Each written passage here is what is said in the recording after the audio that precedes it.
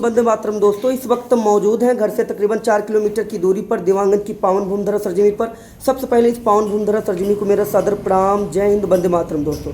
तो आइए आज क्लास 10th में समझने का प्रयास करते हैं। अध्याय 11 पाठ का नाम विद्युत है। महत्वपूर्ण आंकिक प्रश्न संख्या 7 चल रहा है। निम्न परिपथ में तुल्य प्रतिरोध ज्ञात कीजिए। सामने चित्र दिया गया है, हम आपको जूम करके दिखाते हैं, देख सकते हैं चित्र है। और आइए बिना टाइम वेस्ट करते हुए बढ़िया से समझने का प्रयास करते हैं। इस प्यारे से क्वेश्चन का भी आज हम करते हैं पोस्टमार्टम। तो हेलो दोस्तों, स्वागत है हमारी इस यूट्यूब चैनल पर। आइए आपको इसको बहुत ही सरल तरीके से क्वेश्चन को समझाने का प्रयास करते हैं।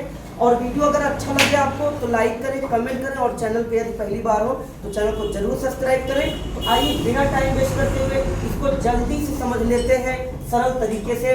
कितना प्यारा सा क्वेश्चन आपकी स्क्रीन बोर्ड पर है, तो आइए इसको बढ़िया से समझते हैं। अध्याय 11 पाठ का नाम विद्युत है और महत्वपूर्ण आंकिक प्रश्न संख्या चल रहा है। दोस्तों मैं बताना चाहूँगा 2023, 24 और 25 में लगातार क्वेश्चन पूछा गया था और 2026 में आने की संभावना है। तो एक परिपथ दिया है, चित्र दिया गया है। इस चित्र के सहायता से हम इस क्वेश्चन को सॉल्व करेंगे, क्योंकि जो आपका क्वेश्चन है बहुत ही छोटा सा है, लेकिन हम इस चित्र के माध्यम से इस सवाल को हल करेंगे। तो चलिए आइए समझते हैं। रख दिया माइक यहाँ पे और आपको समझाने का प्रयास करते हैं। समझाए बेटा?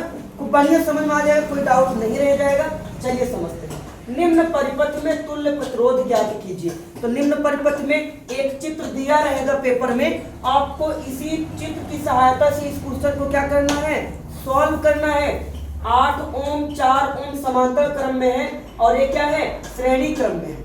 इस तरीके से दिया रहता है तो इसको समांतर क्रम बोलते हैं, और इस तरीके से दिया रहता है तो इसको श्रेणी क्रम बोलते हैं। तो यहाँ पे देखो क्या दिया है बेटा, दिया है 8 ओम व 4 ओम समांतर क्रम में है। मतलब ए वाला आप देख पा रहे हैं और ए वाला देख पा रहे हैं, क्या है, समांतर क्रम में है। प्यारे बच्चों, समांतर क्रम में है। इतनी बातें आपको समझ में आई होगी। हम जानते हैं सूत्र की 1 बटा समांतर क्रम के लिए सूत्र क्या लगता है, 1 बटा आर बराबर 1 बटा R1 प्लस 1 बटा R2। क्यों 1 बटा R2? दो ही तो इसमें क्वेश्चन दिए हैं, 8 ओम 4 ओम समांतर क्रम, तो हम 1 बटा R3 नहीं लगाएंगे। दो समांतर क्रम में है तो दो के लिए क्या करेंगे, 1 बटा R1 प्लस 1 बटा R2। अगर एक और दिया होता समांतर क्रम में, मान लो यहाँ पे आपको एक प्रतिरोध दिया होता और इसमें 5 ओम दिया होता, तब हम यहाँ पे 1 प्लस 1 बटा R3 लिख लेते। लेकिन नहीं दिया है तो हम लोग उसको नहीं लिखेंगे।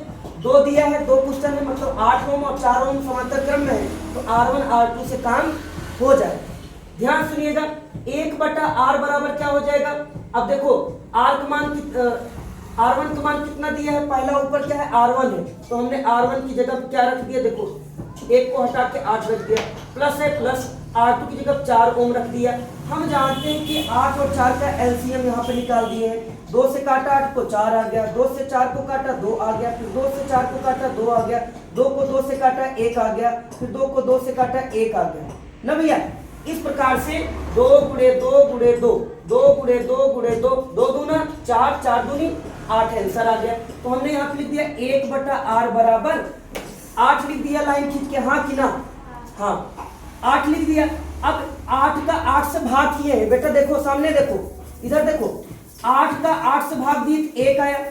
1 आता है, जो आंसर भाग देने के बाद आता है ऊपर वाले नंबर में गुणा होता है। 1 गुणे 1 किया तो यहाँ पे 1 आ गया, प्लस था प्लस है। फिर 4 से 8 को भाग दिया, इधर देखो बेटा, 4 से 8 को भाग दिया 2 आ गया।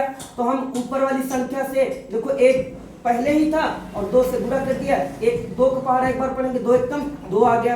तो देखो यहाँ पे हो जाएगा 1 बटा R बराबर, इसको प्लस कर लो, 2 1 कितना होता है, 3 बटा 8। अब इसको हम क्या करेंगे कि भाई 3 बटा 8 था, 8 को ऊपर ले लेंगे, तिरछा गुणा करते हैं, जानते हो नहीं, ये तिरछा गुणा हुआ है तभी तो आपका ये ऊपर चला गया। अब देखो 8 एक कम 8, ये आ गया और इसका इसमें गुणा करेंगे कितना आ जाएगा, R3 बराबर क्या हो जाता है, R3 बराबर हो जाएगा आपका R3 बराबर हो जाएगा 8। फिर R बराबर क्या हो जाएगा, 8 बटा 3।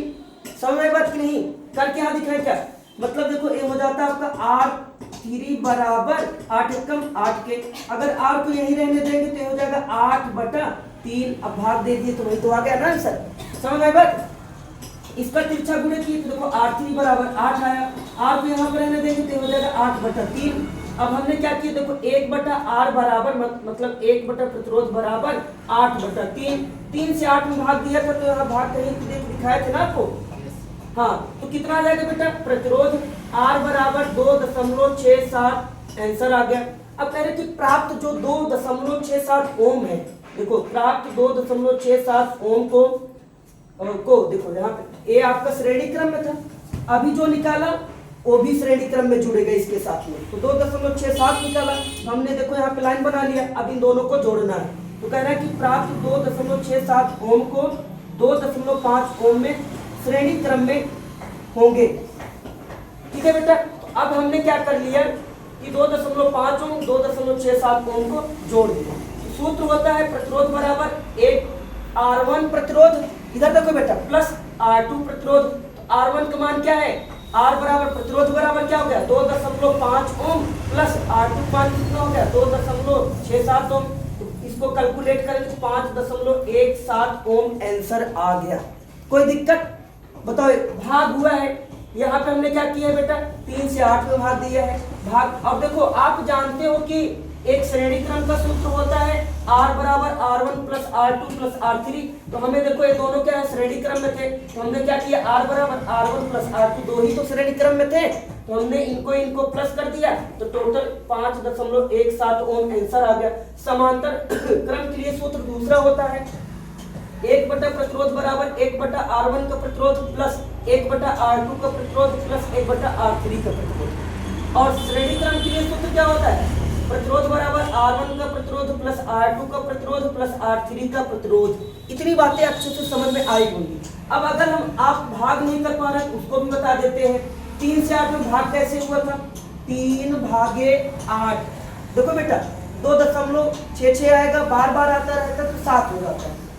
3 दूनी 6, माइनस किया 2 आया, दशमलव लगाया 20, 3 छंग 18। इसको बनाएंगे 10 कैरी लेके, 10 में 8 गए 2, 1 से 1 कट गया, यहाँ पॉइंट लगा 0 बढ़ा लो, 3 छंग 18। घटाएंगे कितना जाएगा बेटा 10, 10 में से 8 गए 2, 1 से 1 कट गया। फिर देखो दशमलव 0, ऐसे बढ़ाते रहोगे तो आप जानते हो कि भैया ये बार बार 18 आता रहेगा, 2 आता रहेगा। तो अगर बार बार 6 आ रहा है तो इसको इस अंक पे कर देते हैं, तो इसको हम लिख सकते हैं 2.67। आई बात समझ में, बताओ कोई दिक्कत, समझ में आ गया। इसको लगा लेना इंपॉर्टेंट है, आपके पेपर में आ सकता है। जब आप समझे रहोगे सारी चीजों को तो कैलकुलेट कर लोगे, 2 बार 3 बार इसको कैलकुलेट करो, आसानी से बातें समझ में आ जाएंगी। ठीक है, अब इतना हम यहाँ पे मिटा देते हैं ताकि आप इसको अच्छे से समझ सकें। कोई दिक्कत, कोई डाउट है, अच्छे से समझ में आया। तो दोस्तों आज की इस वीडियो में बस इतना ही, मिलते हैं किसी ऐसे ही शानदार क्वेश्चन के साथ। तब तक के लिए टेक केयर, बाय, और स्वस्थ रहें, मस्त रहें। आज की वीडियो में बस इतना ही, मिलते हैं किसी नेक्स्ट वीडियो में। तब तक के लिए जय हिंद, वंदे मातरम। वीडियो अच्छा लगा तो लाइक जरूर करें, धन्यवाद, और चैनल को सब्सक्राइब भी करें।